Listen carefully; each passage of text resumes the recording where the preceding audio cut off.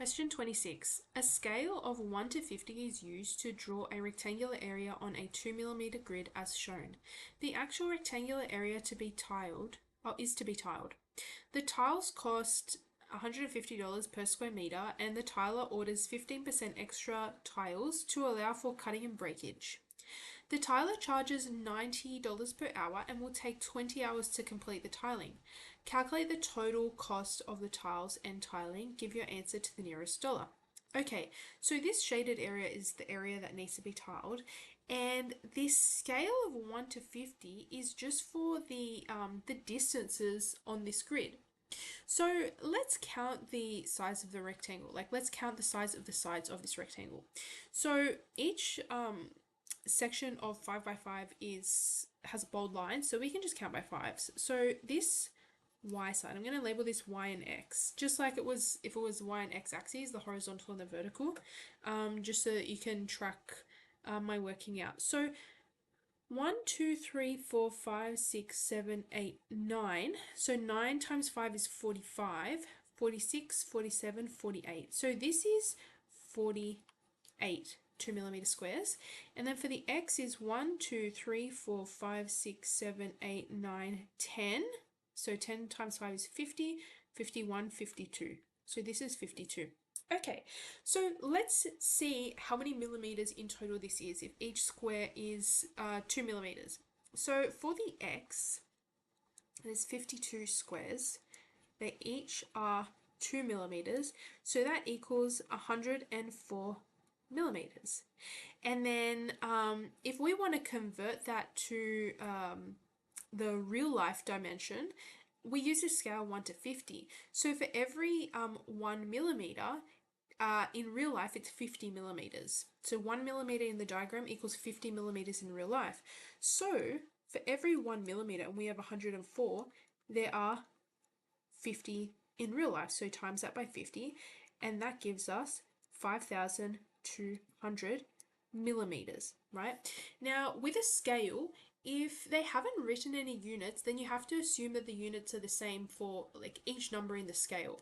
So for every 1 millimeter is 50 millimeters. So when you multiply by 50, it's still 5,200 millimeters. And now we can convert this to meters. So millimeters to meters, this would be 5.2 meters. So let's do the same thing to the y. Y equals 48 times 2. That equals 96 millimeters. And then we want to multiply 96 by 50, and that equals 4,800 millimeters, which equals 4.8 meters. Okay, so now that we have the length of the two sides in real life, we can calculate the real area of the area to be tiled. So the area of a rectangle is just like length times height, or width times height. So let's go 5.2 meters times 4.8 meters, and that is going to be 24.96 meters squared. And it's important that we converted the distances to meters first, as opposed to converting an area of millimeters squared to meters squared, because it's so much easier and less chance of making a mistake just converting one dimension as opposed to two dimensions, which is what area is.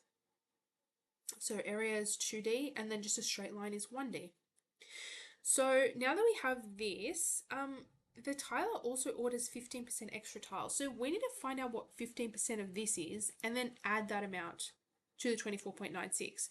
So 15% of 24.96 equals 24.96 times 0.15, which is just 15% represented as decimals, and that's 3.744 meters squared.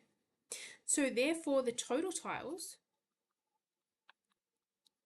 in meters squared equals 24.96 plus 3.744, and that equals 28.704 meters squared.